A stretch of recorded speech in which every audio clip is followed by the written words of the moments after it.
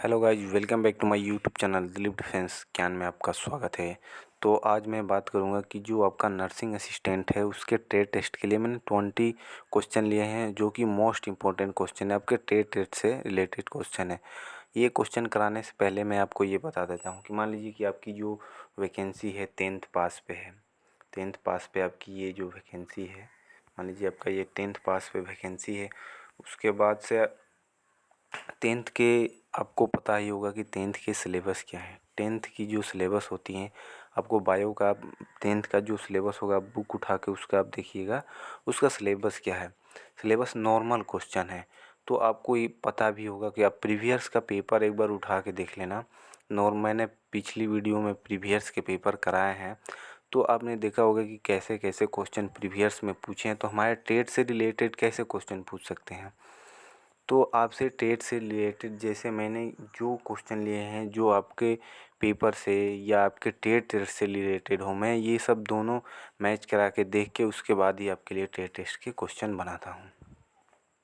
तो ये 20 क्वेश्चन मैं आपके लिए लेके आया हूँ। 20 से अधिक ही मैं करा दूँगा। आपको बहुत आपको नॉलेजेबल वीडियो मिलेगी। अगर मतलब मैं बता देता हूँ आपको कि जो आप ट्रेड टेस्ट की तैयारी कर रहे हो, आप बेसिक से पढ़ाई करो। बेसिक से ही क्वेश्चन आपसे पूछे जाएंगे, ना कि आपसे आपने ये बताओ आप किसी कोई भी कैंडिडेट है जिसने नर्सिंग असिस्टेंट का फॉर्म फिलअप किया है, तो क्या वो हॉस्पिटल में वर्क करता है? नहीं करता ना। तो आपसे हॉस्पिटल के जो टूल्स होते हैं, जो डॉक्टर के होते हैं, उस सब के बारे में आपसे क्वेश्चन नहीं करे, क्योंकि उसको पता है, एग्जामिनर को पता है कि जो 10th का बच्चा उसे क्या कितनी नॉलेज है और क्या पता है। तो आपसे उसी के बारे में पूछेगा, नॉर्मल क्वेश्चन ही पूछेगा, ना कि आपसे ज़्यादा क्वेश्चन पूछेगा। तो चलिए दोस्तों, स्टार्ट करते हैं वीडियो को। पहला नंबर क्वेश्चन है आपका कि औसत औसत मानव मस्तिष्क का वजन कितना होता है?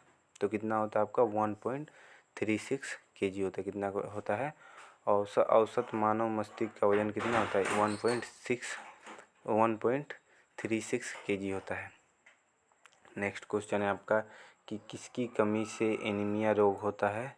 तो लोहे की कमी से, आयरन की कमी से एनीमिया रोग होता है। नेक्स्ट क्वेश्चन है आपका कि कुत्ते के काटने से कौन सा अंग प्रभावित होता है? तो तंत्रिका तंत्र होती है। नेक्स्ट क्वेश्चन है 50 नंबर क्वेश्चन है आपका कि बच्चों को ट्रिपल एडिटिजन डीपीटी का रोग को रोकने हेतु दी जाती है। क्या दी जाती है? डिप्थीरिया, कुकुर खांसी, टिश्नर। इसको ये कब दी जाती है? 7th ईयर पे दी जाती है इनकी डीपीटी की रोग के लिए। नेक्स्ट क्वेश्चन है आपका कि टाइफाइड में सबसे अधिक प्रभावित होने वाला अंग कौन सा होता है? आंत होता है। और फिर से नेक्स्ट क्वेश्चन है आपका कि टाइफाइड किस बैक्टीरिया या जीवाणु द्वारा उत्पन्न होता है? तो सैल्मोनेला टाइफी नामक से। किससे होता है? सैल्मोनेला टाइफी नामक जो होता है उसी से होता है।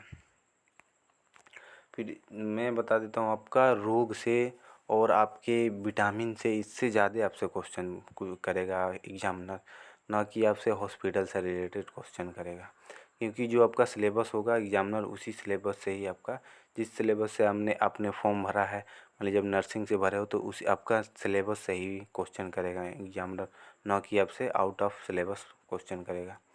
फिर नेक्स्ट क्वेश्चन है आपका कि नेक्स्ट क्वेश्चन है कि कोविड से कौन सा अंग प्रभावित हो रहा था? जो अभी कोविड चल रहा था तो फेफड़ा हो रहा था। ये क्वेश्चन आपका ये छूट गया था कि दमा रोग किस अंग को प्रभावित करता है? तो श्वसन नाली को करता है। फिर आपका एक क्वेश्चन है, जो क्वेश्चन मैंने आपको 20 क्वेश्चन इंपॉर्टेंट कराने के लिए कहा, मैं इंपॉर्टेंट ही क्वेश्चन कराऊंगा। एड्स का क्या कारण है? तो ये HIV वायरस है। क्या है? एक HIV वायरस है।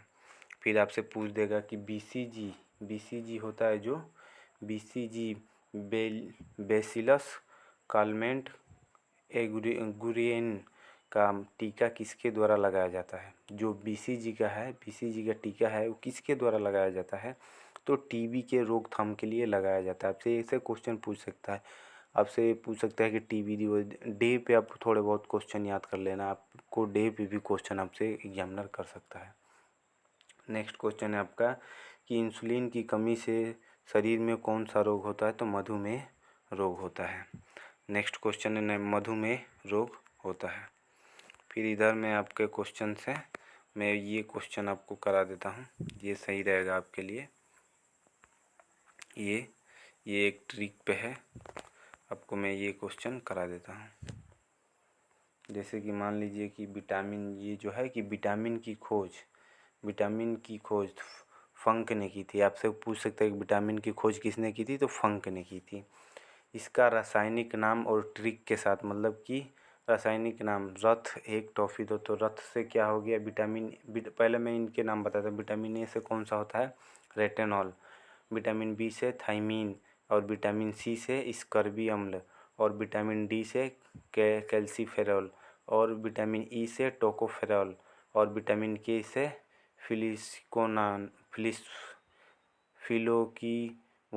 फिलिकोनिनॉन।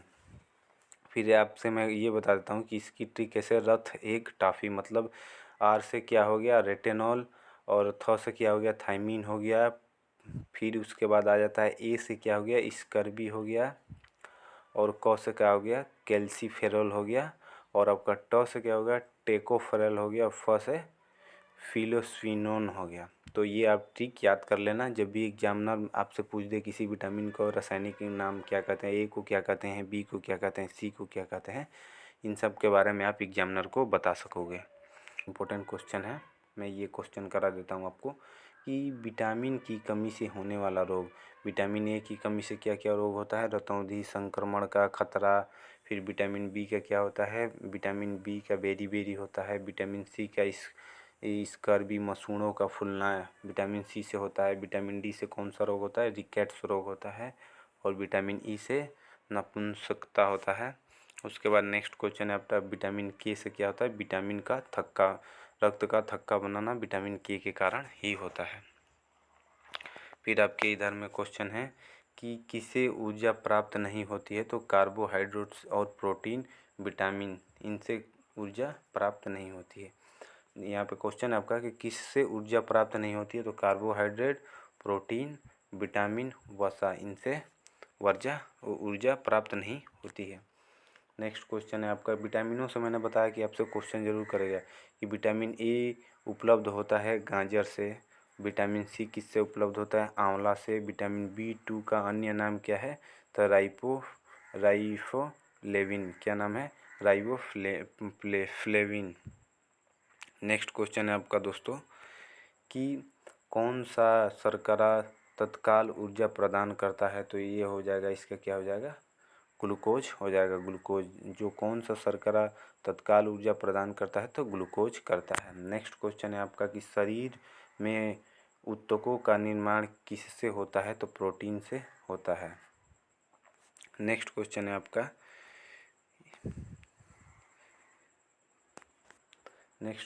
आपका, दोस्तों कि सेरेब्रम किससे संबंधित है, तो मस्तिष्क से संबंधित है। मस्तिष्क का सबसे बड़ा भाग जो होता है उसको क्या कहते हैं, जो मस्तिष्क का सबसे बड़ा भाग होता है सेरेब्रम कहते हैं उसे, मस्तिष्क का ये एक भाग होता है। फिर नेक्स्ट क्वेश्चन है कि मानव शरीर में सबसे लंबी कोशिका कौन सी है, तो तंत्रिका तंत्र होती है, और इसकी लंबाई कितनी है, तो 19 सेंटीमीटर होता है। नेक्स्ट क्वेश्चन है कि बुद्धि का केंद्र स्थित होता है प्रमस्तपक में होता है, किस में होता है, प्रमस्तपक में होता है। ईसीजी का प्रयोग किस गतिविधि, ये 76 नंबर क्वेश्चन है कि ईसीजी का प्रयोग किसकी गतिविधि द्वारा करने के लिए किया जाता है, तो मस्तिष्क का ईसीजी का प्रयोग किया जाता है। नेक्स्ट क्वेश्चन है कि मानव शरीर की किस ग्रंथि को मास्टर ग्रंथि कहा जाता है, तो ये प्यूटरी ग्रंथि को कहा जाता है। किसको कहा जाता है दोस्तों, प्यूटरी ग्रंथि को मास्टर ग्रंथि कहा जाता है।